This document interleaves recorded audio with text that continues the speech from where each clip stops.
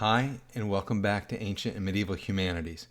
Today we're going to be talking about religion again, but I'm not going to be talking about beliefs, doctrines, practices of any particular group. I want to focus rather on some religious literature.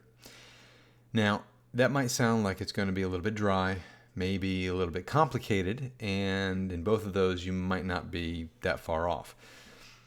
Religious literature can be a little bit intimidating. When you have had no experience of it, you don't really know what to make of it. You might be presented with a bunch of different material with bizarre names, and it's difficult to figure out how these things fit together, what materials are really important to a particular religious tradition.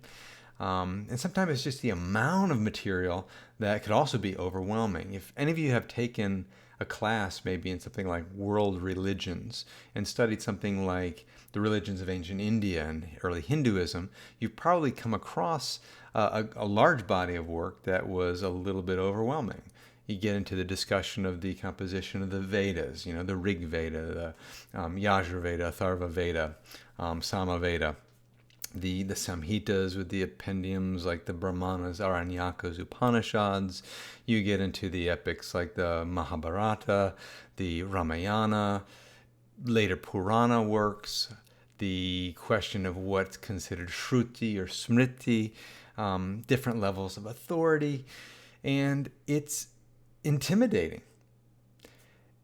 Chances are you're not going to come across that body of material very often in your daily conversations with other people, but if there's any ancient body of religious literature that you're likely to come across in a normal conversation, it would be the materials associated with the Judeo-Christian tradition, namely the materials that we find in the Hebrew and Christian Bibles.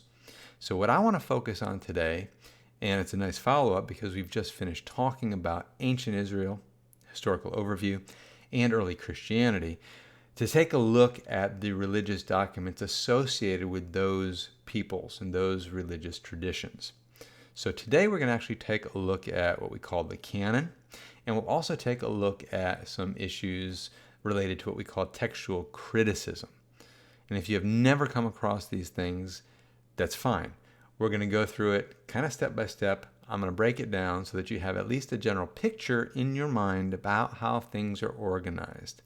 And then, if you ever come across this stuff, you won't be as intimidated or frightened. So, let's start out by taking a look at the canon, and I probably should first start by talking about what exactly that word means. Earlier in the semester, I know we took a look at Egyptian art. I use that as an example when we talk about a canon of Egyptian art. We're talking about the rules and standards by which Egyptian artists practiced their trade, right? We saw that the Egyptian tradition was very, very rigid. There's not a lot of change from the early Egyptian art to the later Egyptian art. It's because they followed a set of rules. The word canon itself comes from the Greek word kanon, which just means a measuring rod. It's like a ruler. Now, when we use the term with respect to religious documents, what we're talking about are those documents that are going to be authoritative and kind of set up the beliefs and practices of a particular religious community.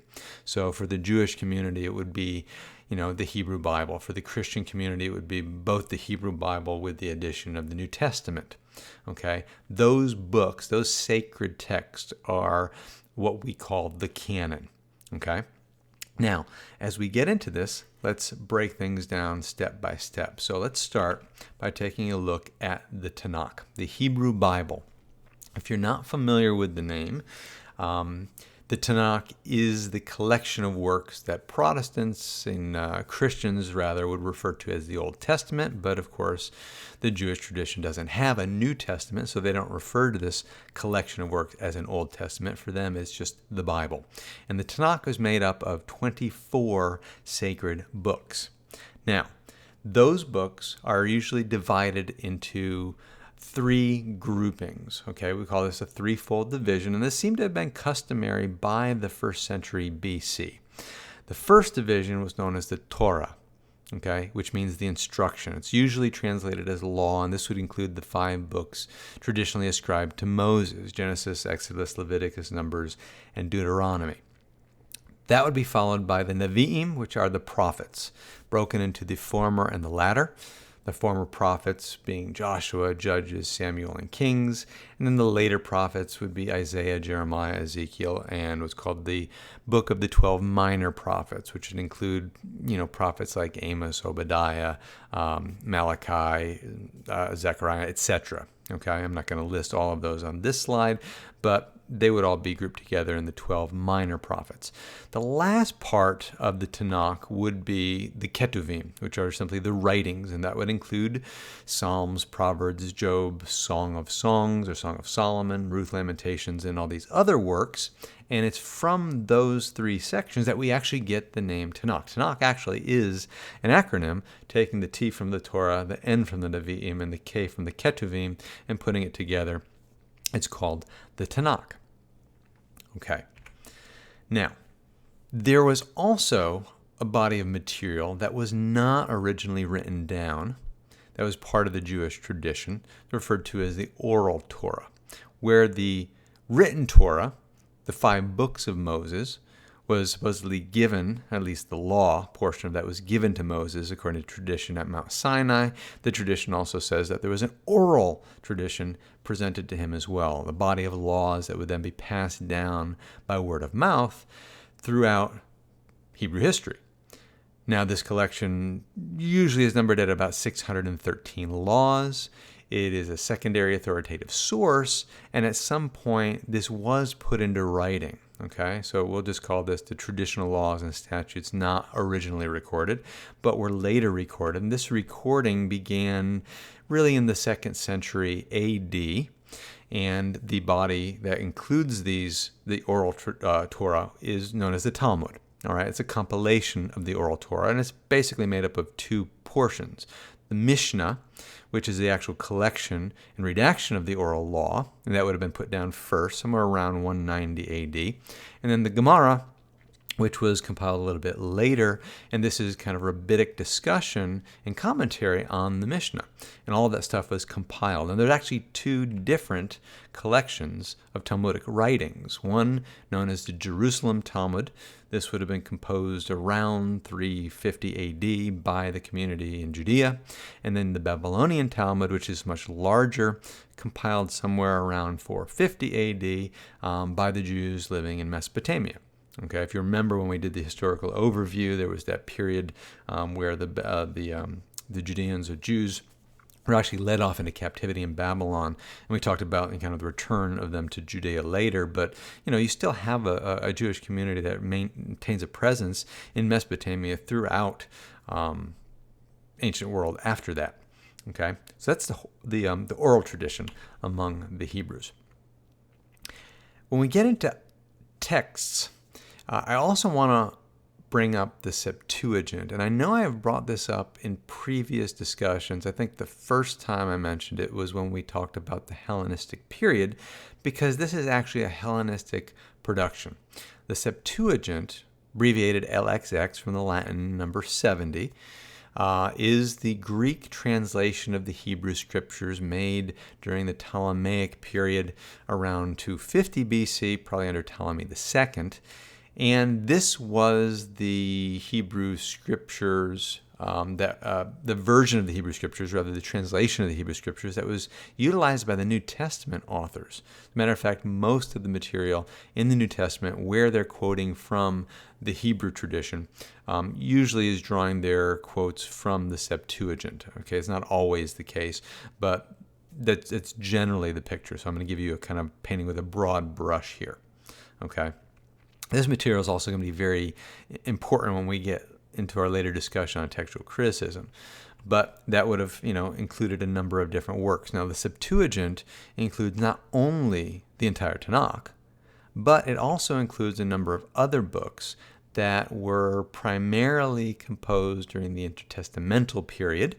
Remember, that would be between the late 5th century and the beginning of the Christian era. And some of those works would be things like Judith, Tobit, Baruch, Sirach, Wisdom of Solomon, 1st and 2nd Maccabees, Esdras, additions to various works like Esther, Daniel, Psalms, the Prayer of Manasseh, Epistle of Jeremiah. So it's a collection of works that the Jewish community generally did not embrace as authoritative. It's not considered part of their Tanakh, part of their core scriptures.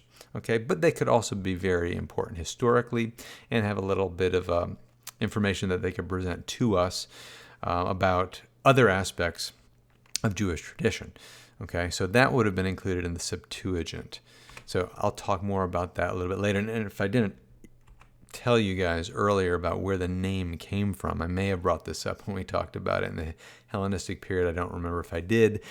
The reason it's associated with the number 70, there's a tradition that when the Hebrew scribes were hired to translate the Hebrew into Greek, apparently there were 70 scribes involved in the translation. They each went off independently and translated the Hebrew to the Greek. And when they came back to compare their manuscripts, everybody had the exact same translation. So the story goes, and that's where the number comes from. Or at least that's the story of where the number comes from. Now, for the Christian Bible, they have the Old Testament. The Tanakh is referred to as the Old Testament. And I'm going to give you first the Protestant compilation of the Old Testament, which is basically composed of 39 sacred books. Now, already you may be thinking, well, how could this be the Hebrew Tanakh, which only had 24 books, yet when we rename it Old Testament, it now has 39 books? Well, they're the same exact material. They're just broken down in a different way. So, for instance, where we have the book of the 12 minor prophets, in the Christian Bible, those books are separated into 12 separate books. Same thing when you have the book of Kings or the book of Chronicles in the Tanakh. In the Christian Old Testament, they're broken down into 1st and 2nd Kings, 1st and 2nd Chronicles, 1st and 2nd Samuel, and so it goes. So it's the same actual written material, but it's going to be numbered differently. Now, the arrangement is also going to be different. The Christian Old Testament is going to break it down into really a fourfold pattern, and they try to arrange things in somewhat of a chronological progression. So we start with the Pentateuch, which are, again, the 5 books. Penta meaning 5 from the Greek, so the 5 books of Moses. Then you've got the historical books, Joshua, Judges, Ruth, 1st and 2nd Samuel, 1st and 2nd Kings, 1st and 2nd Chronicles, Ezra, Nehemiah, and Esther. The wisdom literature, which would include Psalms, Proverbs, Job, Song of Solomon, Ecclesiastes, and then the prophets at the end, from Isaiah through Malachi. Okay, so they're rearranged, they're numbered differently, but again, this is the same body of literature. And the reason I'm giving you the Protestant Old Testament breakdown is because when the Reformation came back in the 16th century, the Reformers wanted to return to the Hebrew texts and rejected material that was found in the Roman Catholic canon. And this, again, if you don't know anything about the Protestant Reformation, it really was a rejection of a lot of the Catholic influence in history and tradition, and try to kind of going back to the sources would be one of the great claims later on. But the Catholic and Orthodox traditions, and again, we haven't really talked about those yet either, but the Catholic, Roman Catholic tradition and the Eastern Orthodox tradition, which originally were all part of the same Christian tradition and slowly diverged and have finally made their break in 1054 as both churches effectively excommunicated each other. Those different traditions end up with a different collection of books. They still have, again, the core 39 books from the Hebrew tradition, but they add in the Apocrypha. And each tradition actually has a different grouping of the apocryphal works. So again, the Apocrypha, if I didn't give you the dates before, we're talking material composed really between 200 BC and about 100 AD. Like I said before, it was intertestamental literature, and these are not part of the Hebrew Bible or the Hebrew canon or found in the Tanakh. So what are the books and which ones are included? Well, I already gave you a list of some of these books. In this particular list, you could see which ones the Orthodox adhere to. And again, the rest are adopted by the Roman Catholics. So First Esdras, for instance, you only find that in the Orthodox Old Testament, not in the Catholic Old Testament. Same thing with the Prayer of Manasseh, 3rd and 4th Maccabees, and Psalm 151. But the rest were found in the Roman Catholic Old Testament. So those books the Protestants eventually rejected, trying to go back to the same body of work that the Hebrews themselves, or the Jews, accepted. Okay, so that's not the only body of work that we find from the ancient world that is related to kind of the Old Testament period. You also have other texts such as the pseudepigrapha. Now, that might be a word you have never come across, and the pseudepigrapha simply means false writings. And these writings basically were put together between 250 BC and 250 AD, so over a period of about 500 years. And the reason they're called false writings is because they're attributed to famous people in the Old Testament, but they were not written by those people. So some of the books that would be included in this list would be things like 1st, 2nd Enoch, Baruch, the book of Adam and Eve, right? That was not written by Adam and Eve. The life of Adam and Eve, also called the Apocalypse of Moses, not something that neither Moses nor Adam and Eve had anything to do with. But you've got these other apocalypses, Apocalypse of Abraham, Apocalypse of Adam, Apocalypse of Moses, Joseph, and Asenath, and so on. So this is another list of these works. These were never considered as potential candidates to be included within the Hebrew Scripture. And there were also things that were never really accepted by most of the Christian community, so they weren't put in the Christian Old Testament either. These books were always suspect and always on the fringe, might make for interesting reading, but they were never taken seriously as, sacred texts of either tradition, Judaism or Christianity. Now, as far as the dating and formation of the Hebrew Bible, there are some conflicting views. I always have to present the idea that there are disagreements among scholars. It's worth noting these things. So first I'm going to give you the traditional picture as to when the Hebrew Bible was kind of put together and written down for the first time. And that traditional picture usually begins with the figure of Moses. And if we want to go back to the traditional dating, which we looked at earlier, you have to place him in the 15th century or somewhere there between there and the 13th century. And the tradition would be that the earliest books, meaning those 5 books of Moses, were produced at that time. And they may very well have relied on oral and written sources, but those books were effectively compiled at that point. And then other material was slowly added over the centuries, really between the 10th and 5th centuries throughout the historical period, particularly during the period of the early monarchy, down through the period of the exile in Babylon and the return. That material then would have been compiled and edited somewhere in the 4th century or later. Okay, so that's a general picture that we can consider the traditional picture. That picture is usually not accepted by modern scholars, at least the majority of modern scholars. So I'm going to give you also the modern picture. Okay, so this would be the conflicting view and the view that you're most likely to come across in an academic setting. The idea is there was originally an oral tradition, possibly even traditions borrowed from other neighboring groups, Egyptian, Mesopotamian, and so on. Somewhere around the 9th century BC, you have the earliest written source material composed. Some of this may be included in what's often called the Yahwistic source, often labeled J, and we'll get into the different letterings later on a little bit more, again, when I get into textual criticism, but let's just say this is the Yahwistic source.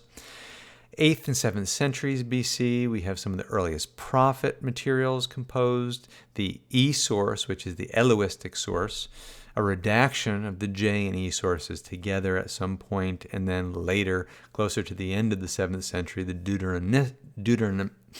that's a tongue twister, the Deuteronomistic source, or the basically which corresponds to the book of Deuteronomy, we'll just call it D, and the Deuteronomic history, of the Deuteronomistic history. In the 6th century, we have the exilic writings, right? This is the period of the exile, right? 586, you have the Babylonians take out Jerusalem, the Jews led off into captivity, and then you have the priestly tradition emerge, which is effectively the Levitical material.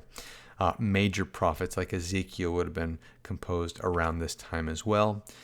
Following the exile and the post-exilic period from the 5th to the 4th centuries, we've got material being drawn, again, from Babylonian and Persian exposure. The Torah itself being redacted maybe into what's approaching its final form, usually now reflecting a Levitical interest in concentrating worship at Jerusalem. This would be the beginning of the Second Temple period, and then later prophets, chronicles, and other materials composed.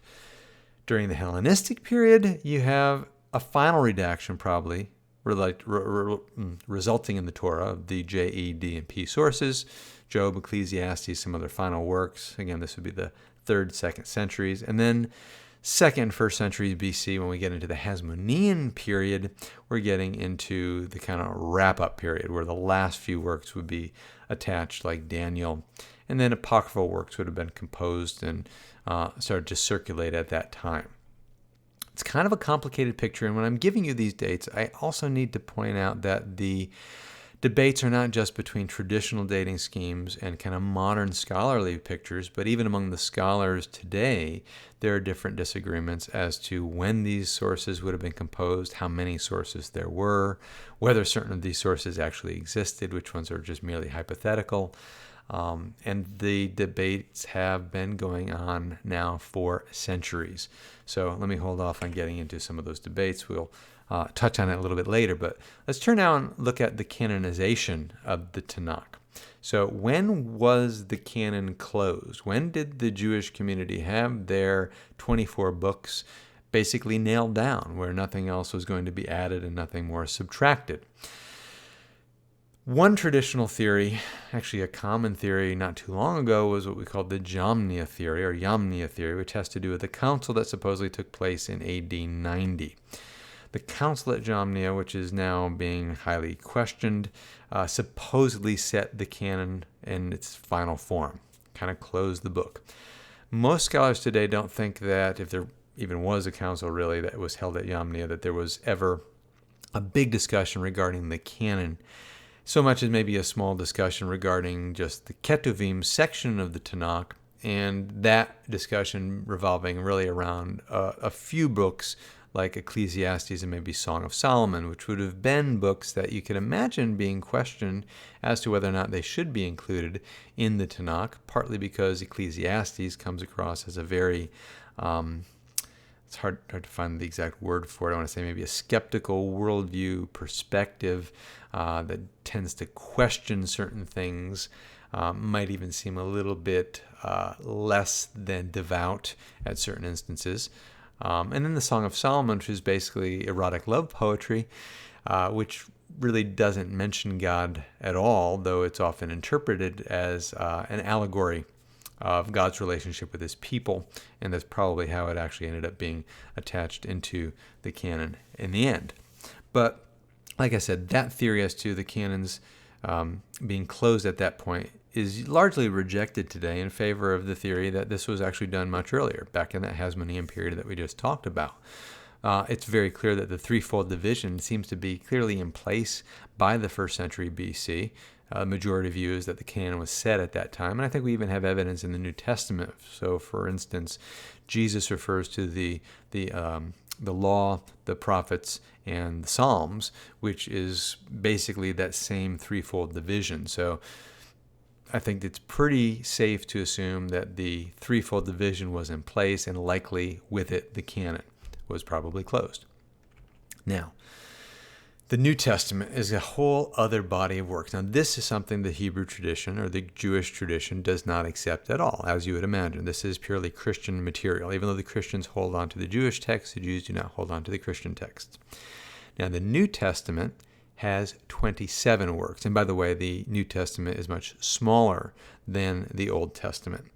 But these 27 works are also arranged in a pretty clear format. So, for instance, if you're not familiar with the New Testament arrangement, it goes basically like this. You've got the Gospels.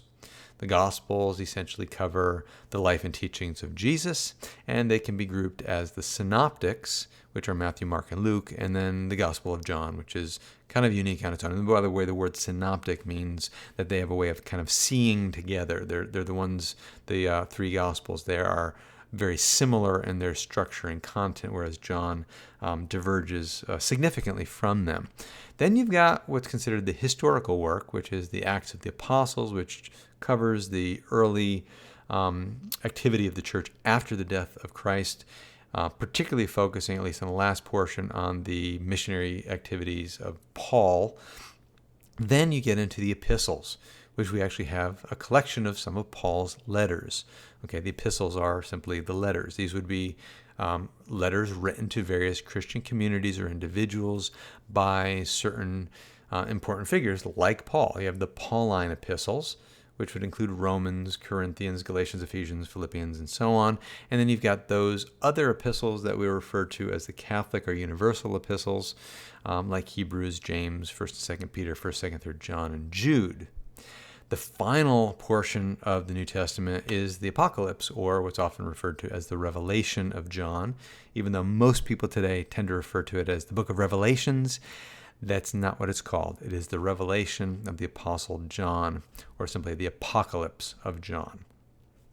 Okay, so that's the body of work that constitutes the New Testament. But of course, there are other texts that date from this period and later. As a matter of fact, most of these are 2nd century and later, and this is an incredibly large body of work. I'm just going to let the screen scroll up. I'm not going to read these, but you may have come across these if you have watched shows like on the History Channel, that there are a number of other Gospels, Acts, different apocalypses, Gnostic material. And the question has always been, why are none of these included in the Bible today?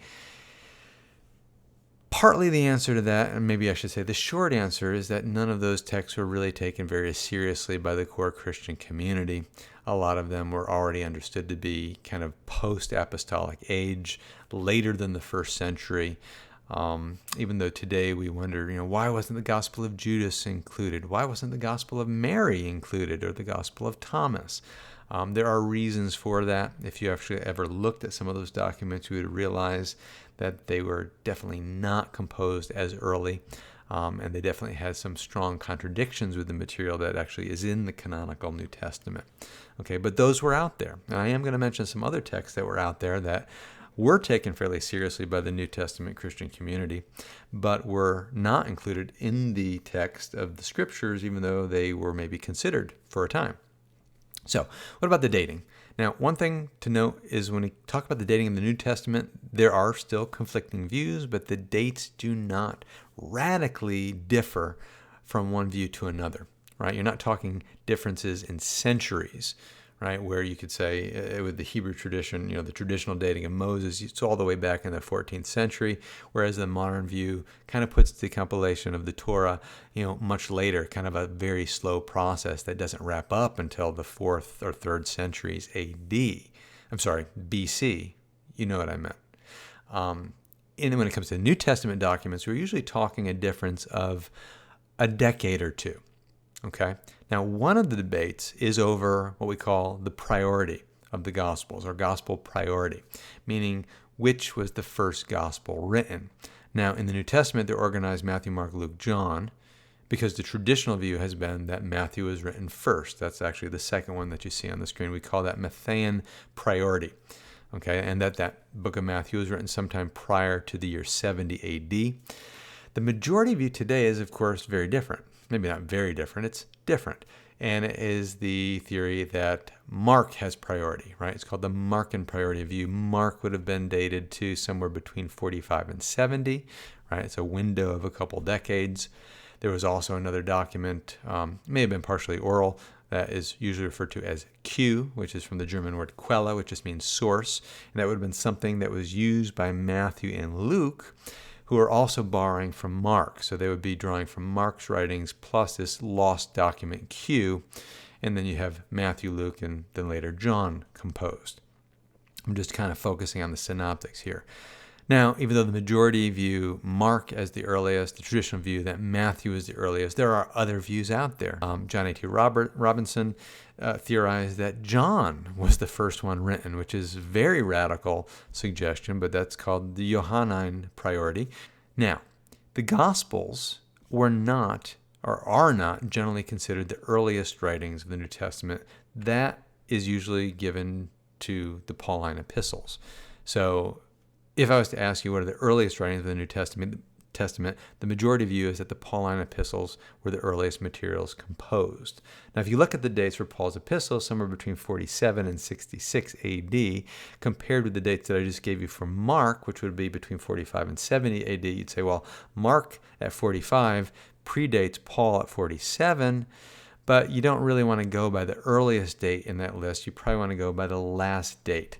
Okay, we would call this the terminus ante quem, or the limit before which these works would have been composed. And Mark's terminus ante quem is at 70, whereas Paul's has to be earlier.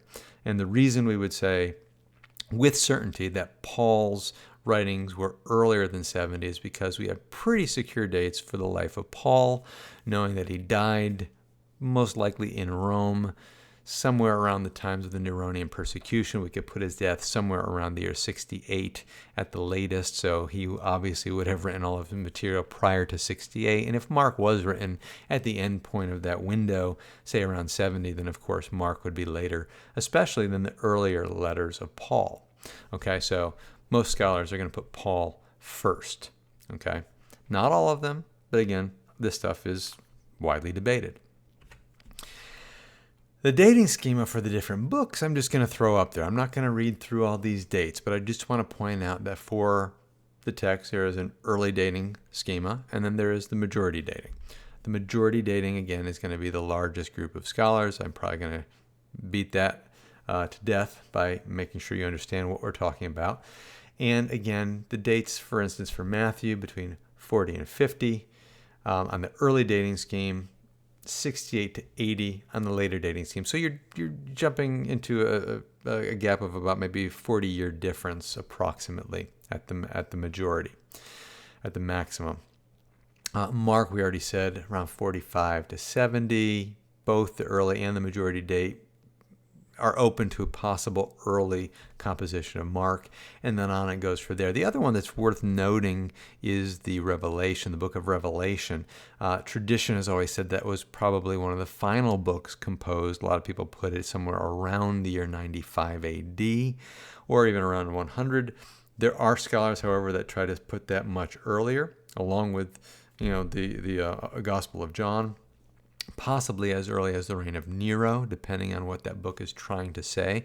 One theory is that the symbolism in there regarding the beast and all that kind of stuff has to do with the Nero and the Neronian persecution. But again, I don't want to get into some of the speculation about that. I just want to show you that the divergent dates that are out there for the different texts of the New Testament. Now, let's talk about canonization.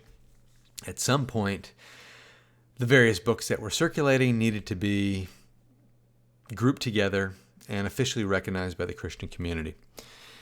And at some point, this issue of what is in the canon and what is out of the canon needed to be closed. And most people have been exposed to the idea that this was a long process and that there was a lot of debate. And this brings up the question as to, how do you know that the material that's in the Bible today ought to be in there? Are these really the right writings? Or aren't there other books that are just as useful that were just rejected? This bothers some people. But I want to give you maybe a quick sketch of the canonization process. And I want to show you also that the core works of the New Testament, the core texts of the New Testament, were fairly securely accepted very early on. Okay, so first let's talk about the criteria. How do you know what should be accepted and what should be rejected? The early church had a series of criteria. What was the book written by an apostle, or was it written by a non-apostle? That would be something worth considering. And the apostles being the core group that would have known Jesus and would have been the leaders of the community from the very get-go. Was the material read in the weekly assemblies around the Christian world? Is it consistent with the core documents? Okay. In other words, does it contradict in teaching some of the material that is accepted really by the entire community? Does it reinforce basic consensus of belief among the community? And was it written during the apostolic age? Even if it wasn't written by an apostle, was it written by somebody maybe in close proximity to the apostles? That would have been the case in the acceptance of Luke and Mark, because neither Luke nor Mark, both of whose names are attached to a gospel, were obviously not apostles. So why would they accept those particular gospels when they're not named after an apostle like Matthew and John? Okay. Anyways, that's the basic criteria. So let's look at the kind of a canonization process as a very rough and partial sketch, because it's a kind of a complicated historical period, the early church. By the early 2nd century, the full 27 books of the New Testament were definitely in circulation. If you even saw the majority dates that I gave you before, essentially the entire body of literature was composed during the 1st century, maybe at the most at the latest, the early 2nd century. Now, there were some books that were disputed, but would later be accepted into the canon. Those would be books like Hebrews, 2nd Peter, James, 2nd, 3rd John, Revelation. Those are some of the works that routinely show up on, actually maybe I should say fail to show up on lists of accepted material, but were eventually accepted into the canon. Now, there were also other works that were utilized by the early Christian community, and they were later rejected and not put into the canon. Those would be works like the Shepherd of Hermas, 1 Clement, the Didache, the Epistle of Barnabas, the Wisdom of Solomon, the Apocalypse of Peter. Okay, now why were those eventually rejected while the other ones are accepted? Kind of a long story. By the mid-2nd century AD, all the New Testament books were generally accepted and were generally being circulated. But you also have to remember that these works were copied by hand. And it was a difficult process to copy and circulate the manuscripts to the different cities and communities throughout the Roman Empire and beyond. Not every community had access to every single book. So the books that were most universally spread around end up being the ones that we would consider as those that were clearly accepted. If there were works that maybe a community didn't have access to, those would be somewhat on the periphery. And that's, again, not 100% accurate, but close enough for our purposes. Between AD 100 and 147, life of Justin Martyr. Justin Martyr, when he wrote, actually numbers the Gospels by that point as 4. So, the suggestion that what about all these other Gospels like Judas and Mary and all the things that I brought up before, by the early 2nd century, there was only 4 that were really being talked about. And like I said, the others were often composed in the 2nd century and later. So this clearly indicates that in the very early church, they had already accepted the core 4 Gospels. Okay, Justin Martyr quotes from those works. He also quotes from the Pauline epistles and the book of Revelation, which show that those are already very well established in the community. Then, actually around that same time, you've got the first canon composed. Now, this canon is not a Christian canon. As a matter of fact, it's a heretical canon composed by Marcion. It's called the Marcionite canon. Now, Marcion was excommunicated from the church. He was deemed a heretic. And it will make sense when I tell you a little bit about what Marcion believed. He was kind of an anti-Jewish teacher, kind of accused the Christian community of Judaizing in their acceptance of the Hebrew Scriptures. He was very much opposed to the Old Testament in general, and it's because of his theology, which held the God of the Old Testament, really based on some of the stories you find in the Old Testament, as a God that may have been a good being, but was rather harsh, cruel, legalistic, and somewhat lower in stature than the God of the New Testament, who he considered the supreme God. The God of the Old Testament, by contrast, he viewed as maybe the creator of the material world, kind of a demiurge, the maker of everything that's physical and base in some sense. Not evil, so I want to distinguish it maybe from some of the ideas you might get when you look at other traditions like the Manichaean movement and some of the Gnostic stuff. But Marcion rejected the Old Testament stuff and rejected even New Testament material that seemed to rely heavily on Old Testament material.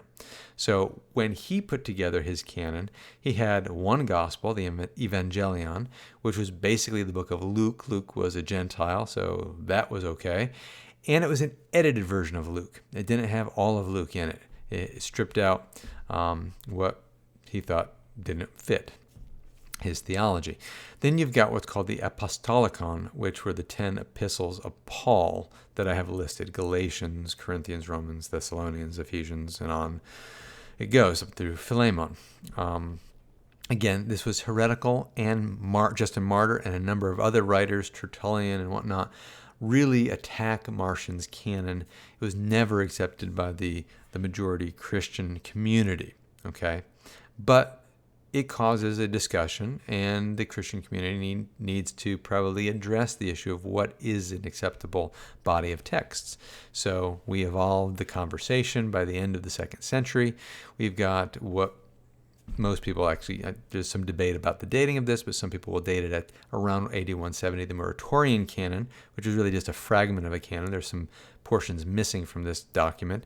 And it seems to include all the books of the New Testament except for, again, books like Hebrews, James, 1st, 2nd Peter, 1st John. Some of those books that I said are still on the periphery.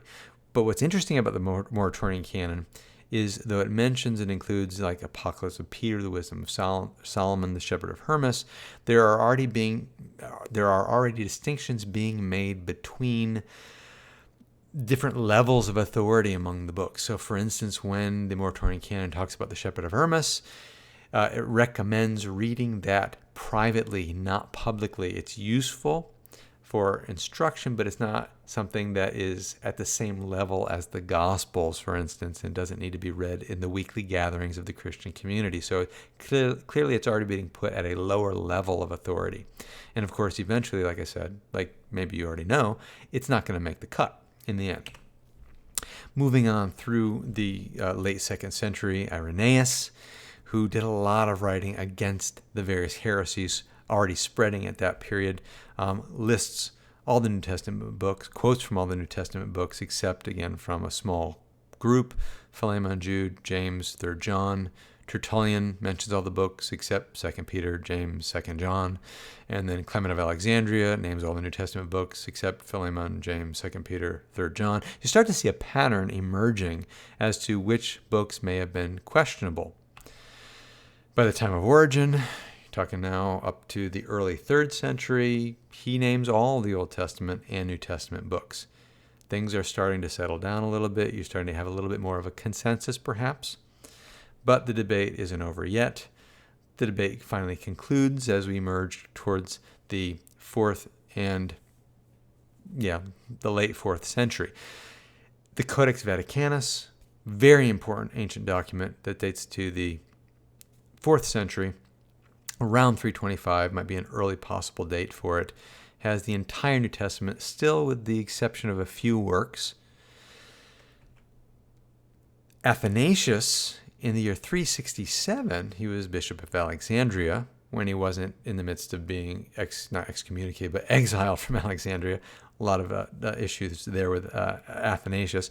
But in his 39th festal letter, he made a list of the 27 books without exception that he considered part of the canon. A lot of people think this is the first list of the official 27, maybe the first sign that there is finally a canon coming about, and Athanasius is kind of credited with giving this official or somewhat official list.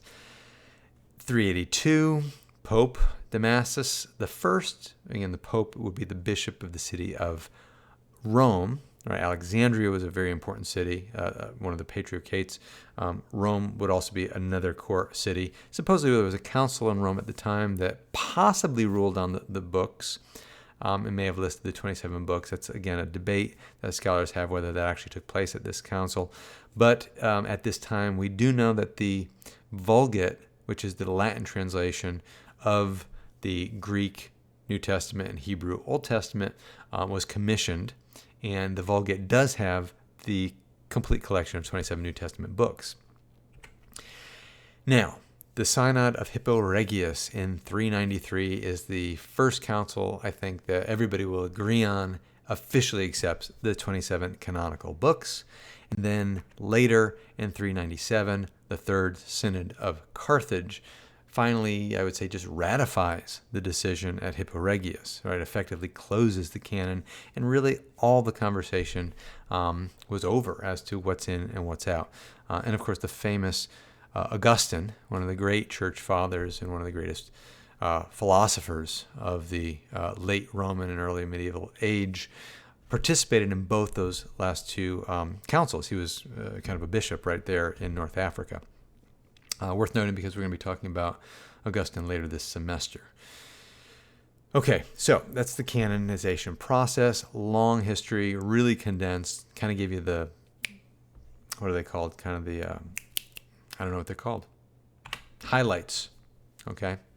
The moments worthy of noting. All right, let's move on now to something very different than just discussion of what books are in, when they were composed, and when they were accepted. Let's talk about textual criticism. This might be a little bit complicated. I think it's worth talking about because it's actually not something that only takes place with respect to biblical materials. Textual criticism is used by scholars whenever they look at ancient documents, medieval documents, are interested in, again, analyzing these things to figure out about date and authorship and proper translation of materials, what's the most reliable versions and whatnot. So I'm bringing it up in the context of, discussing the biblical tradition because there's probably been more text critical work done when it comes to those documents than any other documents in existence. But I don't want you to think it's unique to the Bible. So let's first talk about what we call lower textual criticism. And I'm going to start by just giving you what the goal is. The goal of lower textual criticism is to reconstruct the autograph, the original text, based on what we call extant manuscripts, meaning manuscripts that we still have in our possession, that still exist. Now, what is an autograph? An autograph would be the original first edition, right? This would be the Gospel of John written by John or whoever actually wrote it, okay? Because we're not even getting into the debates as to who the actual authors were. The tradition is it was the Apostle John. Let's just say it was John, right? So if John sat down and penned his gospel, that handwritten copy, and these are all handwritten, would have been the autograph. Now, none of the autographs remain. What we have are copies and copies of copies and copies of copies of copies. That's the body of evidence that we have to deal with in order to try to figure out what the original said. Because the question is the Bible in our possession today? And I know there's a lot of different translations, but basically, is the Bible that exists today the same material as it was originally written? And when you don't have the original copy, we don't know where errors have crept in and whether or not we have something that is at all reliable. And again, that would be a big concern for Jews and Christians particularly. So how does this whole process work? How do you reconstruct the autograph based on the copies that exist? Well, you have evidence that is then first grouped and categorized, right? There are copies that can be arranged into families, and then the more copies you have, actually, the better. Now, one problem with having a lot of copies of any particular collection of literature is that you're also going to have more errors creeping in, or more instances of what we call variant readings. All right, so when it comes to the New Testament, we're talking variant readings numbering in the hundreds of thousands, which sounds like, how could you ever reconstruct the original if you have that many variant readings circulating out there? Well, we also have a high number of documents, and with a greater number of documents, we actually have a higher probability of accurately reconstituting the text, and I'll kind of show you how this is done. It's not an easy process by any stretch of the imagination, but it's a very interesting process. So, starting with the autograph, right? That'd be the first one. It's question mark there because this is no longer there. It's missing. Then you've got copies that were made from the autograph. I'm just going to work out a really rough schematic here. All right, so maybe you have 3 copies that were directly made from the autograph. So let's say it was John's Gospel. Somebody, 3 different people or maybe one person, copied it 3 times and then sent out those manuscripts to different communities. Maybe one ends up in Rome, maybe one ends up in Alexandria, maybe one stays in Jerusalem or something like that. And then those 3 copies would be used for other copies, right? So I'm just numbering them just roughly. The manuscripts that we actually have all have their own unique names, but say from the first copy you have copies 1.1, 1.2, 1.3. And then you've got 2.1 coming from number 2 and 3.1 and 3.2 coming from number 3. So now you've got, obviously a proliferation of copies. You've got a lot of copies. And of course, as this process continues, you have more and more copies made. Sometimes there are copies with gaps of long stretches of time, which is why I've got the longer lines. Let's say 2.1.1 was written generations later, wasn't copied immediately from 2.1. Okay, and you get the idea. Certain manuscripts are copied more often than others. And if an error occurs, say there was an error that occurred in manuscript 1.1, and then that error was copied into everything copied from it, you would imagine that error would wind up in the various copies below on this chart. Okay, so that's kind of how you do this. And then, of course, we arrange them into families. Maybe all of these copies have certain similarities where we can easily group them together and call them a family based on, again, family resemblance. And maybe all this material has its own similarity, and then this other material would be maybe a third family. There are actually families that these manuscripts fall within. Now, the basic principles when you're weeding through the manuscripts, and MSS is usually the abbreviation for manuscripts plural, the basic principles when comparing these manuscripts would be something like this. The older text is usually preferred to the newer, which makes sense. We would imagine the newer it is, the more time has elapsed for errors to creep in, and probably more intermediate stages in the copying process. The shorter reading is generally preferred over the longer reading. The idea is scribes would probably add words to a passage to smooth it out and make it a little bit more clear over time, and that the shorter reading is probably closer to the original reading. The more difficult reading is preferred over the simpler for the same reason, that you want to generally make it more easy to understand, and the scribe would have a tendency to try to make it make sense. So the more difficult reading is probably original. Reading supported by a majority of witnesses is preferable over a reading presented by a minority of witnesses being the different manuscripts themselves. And then the preferred reading is the one that best explains all the variants that exist. Okay, now these are principles, but they're not universal principles that are, surefire principles. There can obviously be exceptions to this. They're just general guidelines that scholars have come up with that they figure would be fairly useful. We could question those, but again, this is basically what is helpful in doing this. Now, what you do now is you investigate the different manuscripts, and you produce a reconstituted text, what we would call a critical edition. That would be the text as put back together based on the manuscripts to try to approach what the original would have looked like. And we usually also have attached to it some kind of critical apparatus where the scholar would list all of the evidence, the manuscript evidence that they relied on.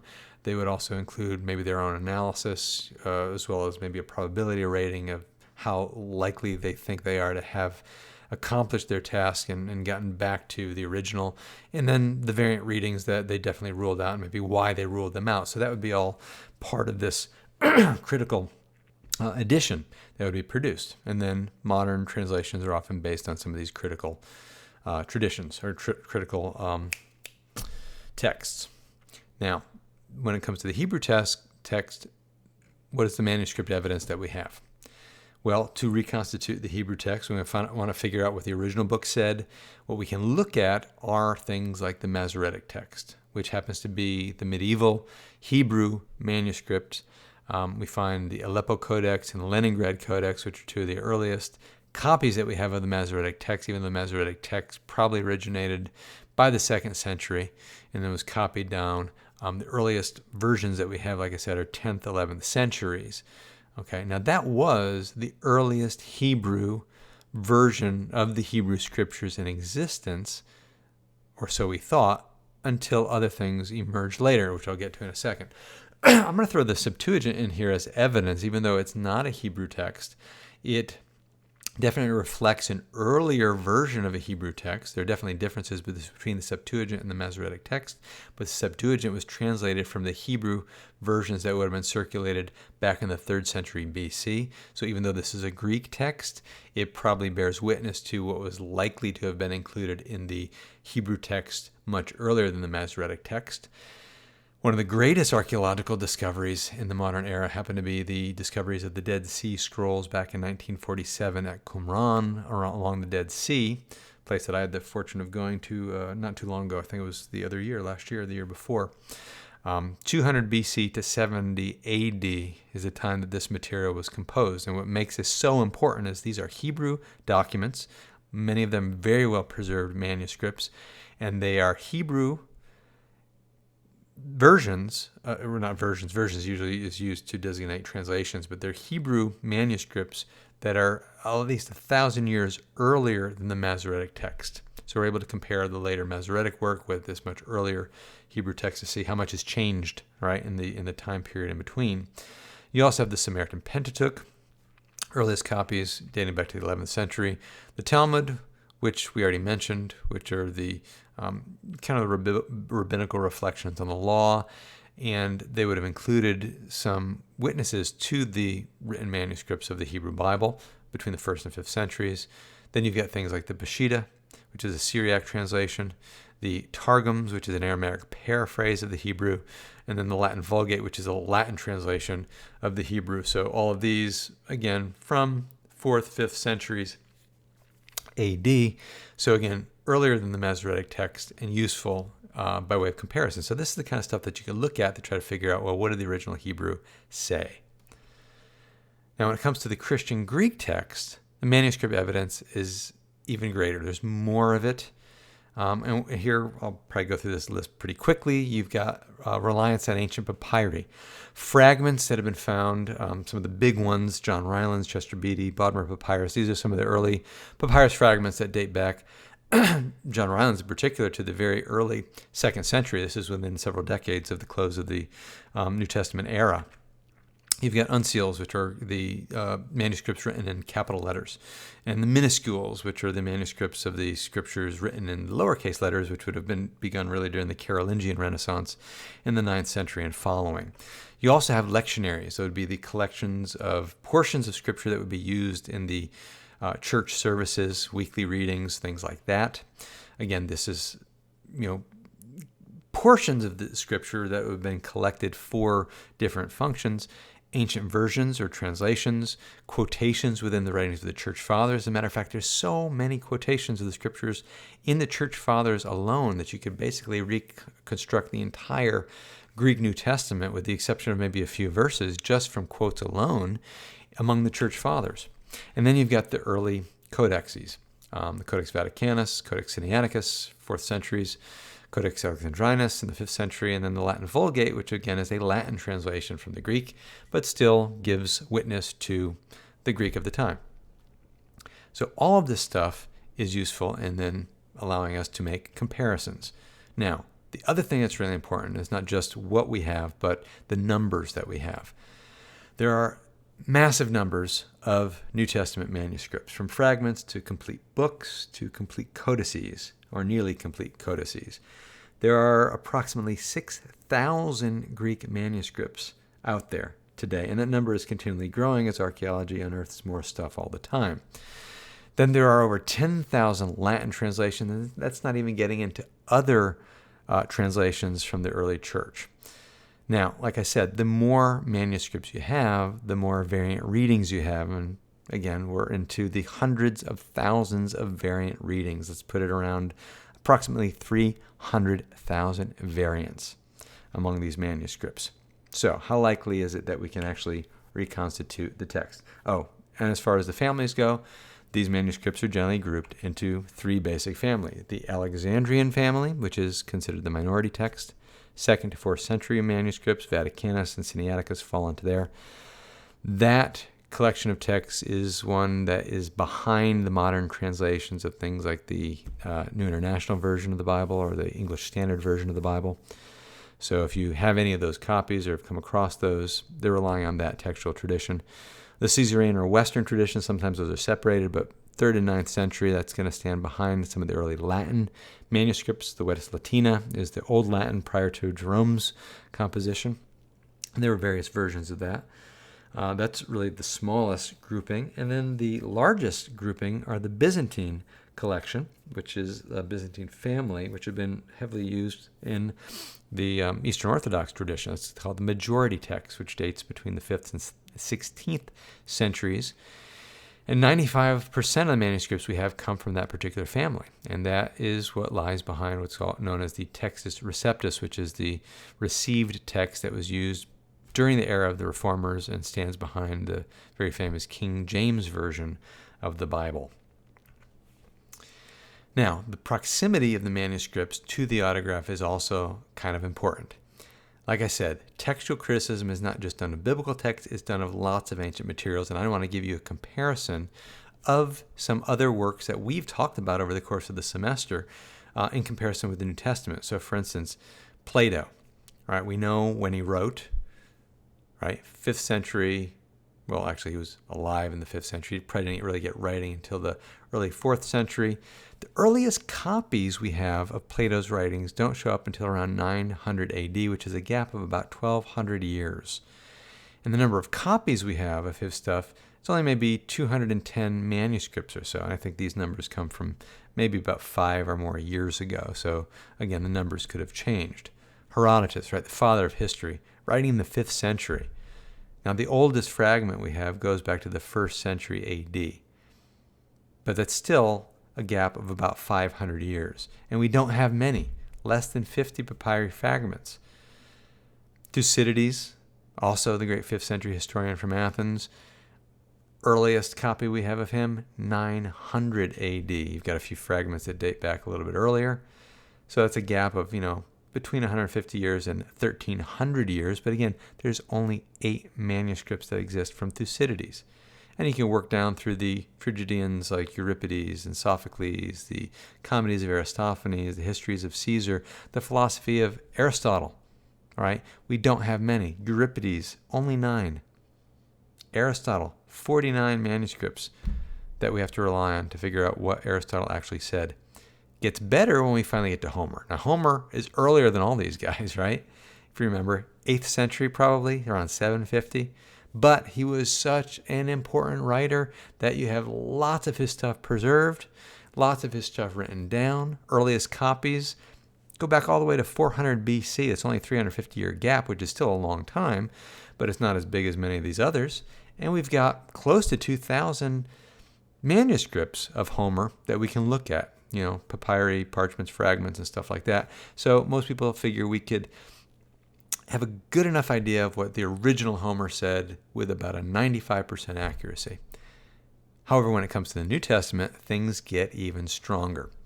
The New Testament has so much more material, close to 6,000 manuscripts, and the gap between the time when these are written, right, New Testament, to the time when you have the earliest copies and fragments, which are the early 2nd century, it's a period of about 50 years, give or take. And some suggest that even today, more fragments are being unearthed that might date even earlier than, the John Rylands papyrus and whatnot. But let's just say we've got a gap of about 50 years. With the smaller gap, the copies are closer to the original. With the more manuscripts at hand, it's going to be much more likely that you can reconstruct the original with accuracy up to maybe a 99.5% accuracy. Okay, so that's kind of important for the text critics. Now, how does this work? Let me give you an illustration just to show you the type of work they would do. And this is incredibly simplified, but this is how you actually would use variant readings to figure out the original. And like I said, I'm just making up some sentences here, so just bear with me. So here's a sentence that we find maybe in a text. It says, the boy went to his store. Another text I grab along the way says, the boy goes to the store. right? That's assuming this is the same book, same passage. Okay, it's a different reading, we call it a variant. I have one variant reading, or actually two variant readings. Third variant reading, the boy went to the grocery store. Fourth variant reading, Jim went to the store. Fifth variant reading, the boy went to his store. Now, if I was to ask you, could you figure out what the original most likely said, you would probably be able to come out with a pretty accurate idea. As a matter of fact, most of you would probably come up with the same basic sentence. And it might go like this. The boy went to the store. That's likely the original writing. So what happened with these variants? Well, the first one, the boy went to his store, doesn't really even mean anything. The word he doesn't make grammatical sense. And most likely, if this is again a handwritten document based off of the original, a scribe maybe accidentally dropped a letter, the letter T. Easy to do. The boy goes to the store. We have a change in tense. Okay, instead of went, goes. Meaning is still essentially the same, but you could see that the majority, all the others, use the past tense, so this is probably an error or a change. A third variant, grocery store, maybe that's a local preference. Maybe in this particular region we prefer to say grocery store than just store, or maybe the author wanted to be specific about what type of store he went to, so they took a little bit of a license in updating the text at that point. Maybe in the fourth instance, since the context of the text or the story may be dealing with the boy named Jim. And why not just put his name in there to make it a little bit more clear who we're talking about? So maybe we don't confuse him with another boy that's somewhere else in the story. So maybe another copyist took liberty there. And then the boy went to his store, possibly also just a little error and mistake. But overall, when you compare them, the more variant readings you have, the more likely it is that you're going to be able to pinpoint what that original probably said. Okay? Now, let's move on to the more controversial of the two. I talked about lower criticism. The last thing I'm going to cover in this lecture is what we call higher criticism or historical criticism.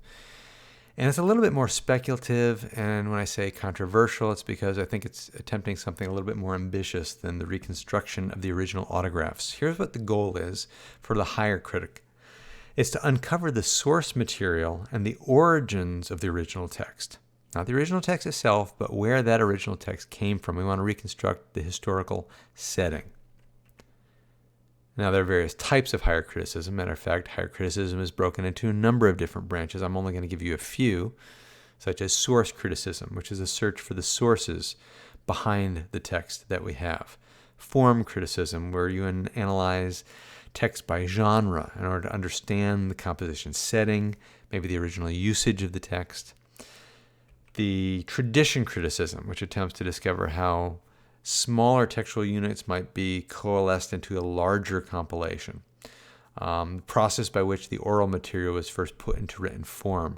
A lot of this stuff is, again, highly speculative, and some people dismissed tradition criticism as not very useful and is too loose to be of any real value. Redaction criticism, which basically tries to trace the development of the text, the compilation arrangement, and mainly editing of the sources as the text is put together over time. So these are different forms of higher criticism, but I'm going to talk specifically about one theory within the higher critical realm that is probably the most famous theory ever to come along. It was highly influential, even though today it's not held in as high regard as it once was. This dates back to the 19th century. It's called the documentary hypothesis, or the Graf-Wellhausen theory, and the individual that you're looking at there is Julius Wellhausen, who the theory is partially named after.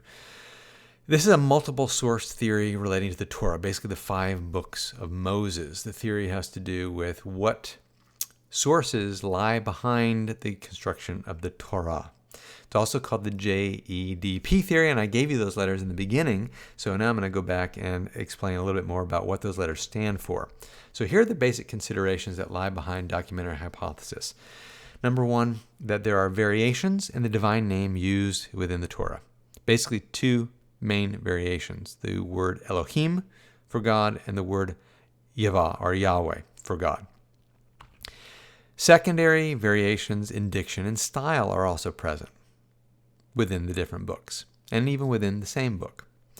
You also have parallel or duplicate accounts, what are often called doublets, where you repeat a story with differences and changes. You may have come across the idea that there are different creation accounts in the first chapter and second chapter of Genesis, which most people account or credit to two different creation stories being just, edited together in the book of Genesis.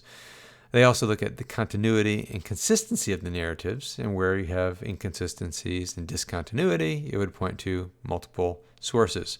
And then conflicting worldviews and theologies would also be considered. Where do ideologies seem to differ in one place to another place?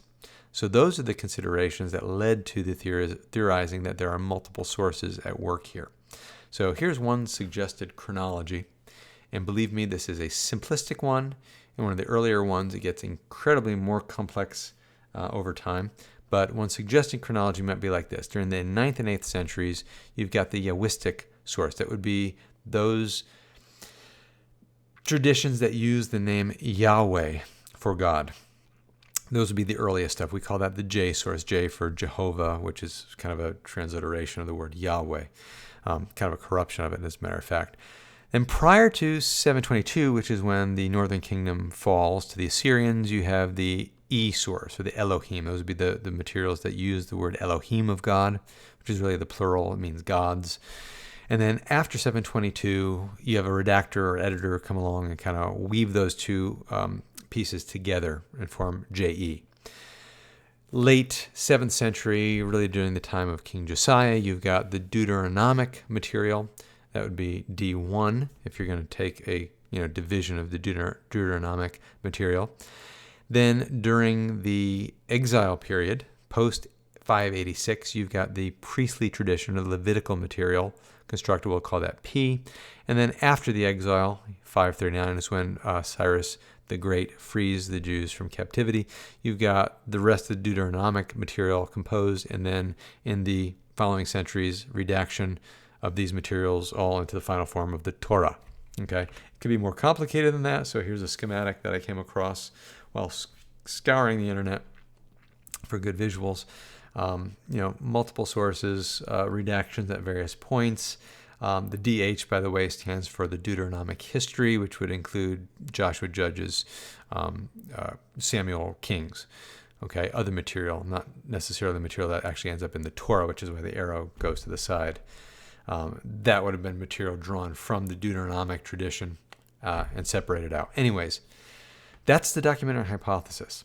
It's complicated. It's difficult. And there are criticisms of it.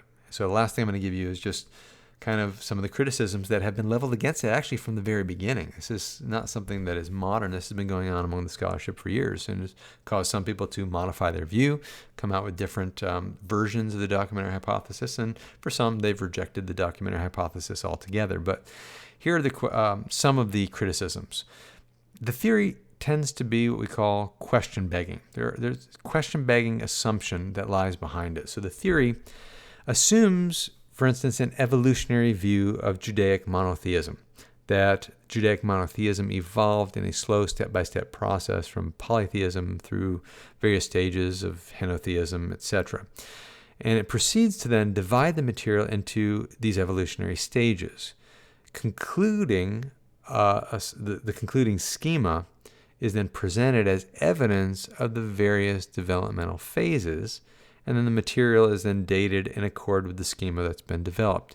Now, if you're not familiar with the term begging the question, it's really the fallacy in logic that refers to circular reasoning, where we start with an assumption and then our conclusion is nothing more than really a restatement of that same assumption, maybe in a different form. When you start with a particular evolutionary view of the development of Judaic monotheism and then just try to divide text up into an evolutionary scenario, it's very questionable that you can then assert that the scenario that results is evidence of your assumption. It seems to be a fairly circular process and is at least questionable at that level. Then you got the idea that theory generally precedes data. And this is not just true here, this is true in the realm of science. So if you ever take a course in philosophy of science, I would recommend you thinking about this phenomenon. We tend to think that data should come first, and then we form our theories based on the data, when in reality it's very often the other way around. So here's an example where the theory precedes the data. The body of evidence that's relied upon to support the theory is often discounted when it conflicts with the theory itself. So for instance, the P material, right? The P material is generally accepted as composed in the post-exilic period. Now, there are references to legislation that corresponds to P material that is found in earlier historical books.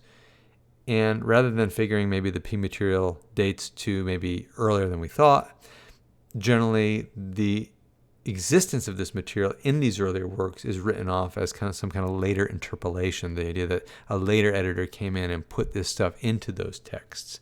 Okay, so the data is changed or discounted or excused based on the theory that you already are holding to. Okay, so that's what that criticism is. You also have the questionable assumptions that are at the core of the whole process. The idea that a single traditional author could not employ multiple styles, multiple themes, or multiple divine names. That is something I think worth questioning. All right, these criteria don't seem to hold for other works of literature in really any other period, from the dialogues of Tacitus to the plays of Shakespeare, even to the fantasies of J.R.R. Tolkien. You've got authors that we know of that use various styles, various themes, various naming conventions, mixtures of poetry and prose. These things don't necessarily point to divergent sources, so it's hard to base a whole theory on those. And when it does come to the divergent names, again going back to Yahweh and Elohim, they appear in passages that are ascribed to the alternate source, or sometimes they're even used in conjunction, which is not what you would expect of the theory.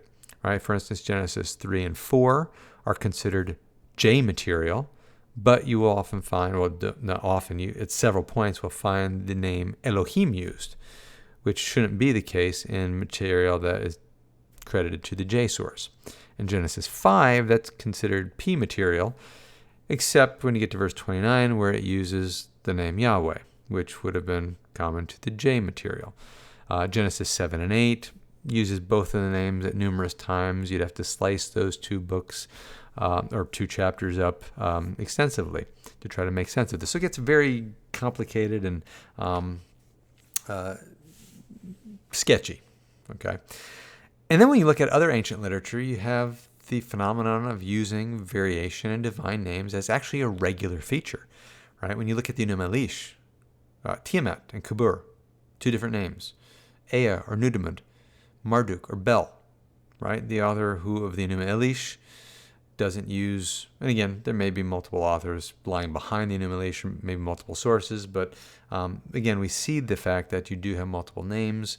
When it comes to Homer, maybe that's a little bit more careful. You have, variations in names like Aphrodite or Cytherea, etc.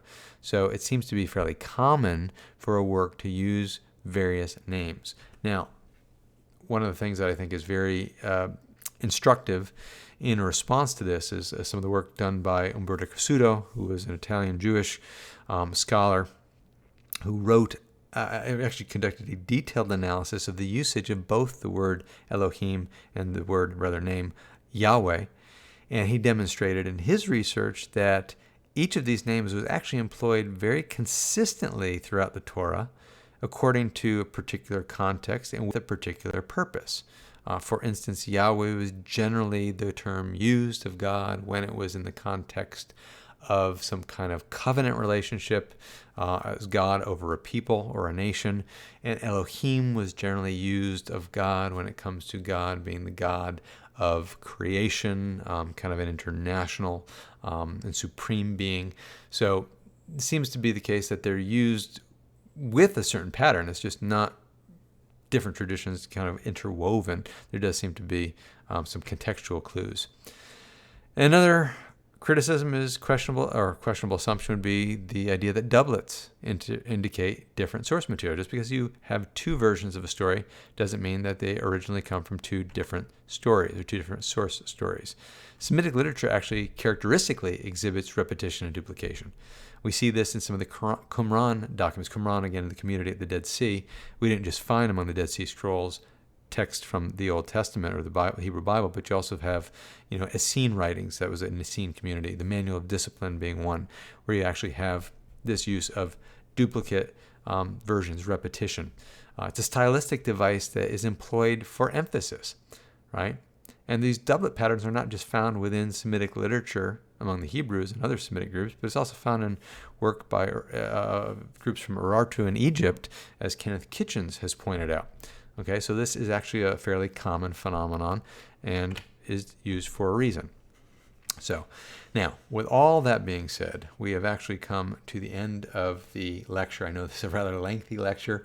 Hopefully you are interested in some of the material and got something out of it. Hopefully now this huge body of literature that seems to be daunting and unwieldy, now you can start putting things into place. If somebody brings up, this book or that book, you kind of know what they're talking about. But I wanted to give you a general overview. I apologize. It is still an overview, and there's so much more that we could talk about. But again, this is a whole area of study. If you ever want to go on after a course like this, which again is a broad study of humanities, and focus in on some of this stuff if you found it interesting, there are plenty of courses in the university and grad school that will allow you to delve into this stuff deeper. So I just want to say thank you for tuning in, and I will see you in our next episode.